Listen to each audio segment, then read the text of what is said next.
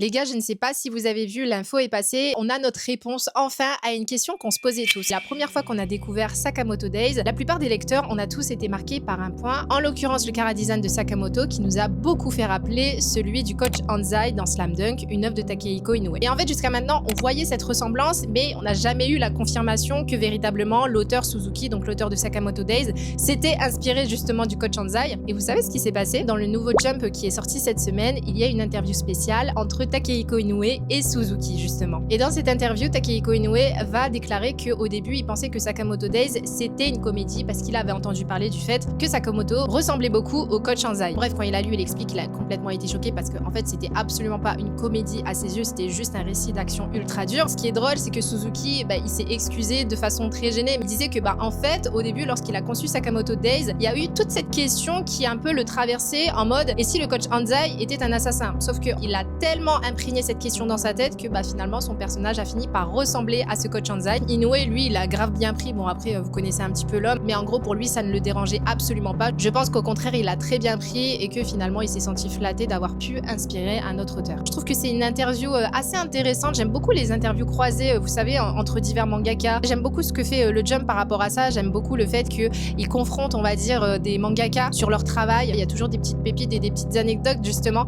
comme celle-ci. Donc, je trouve que c'est assez cool.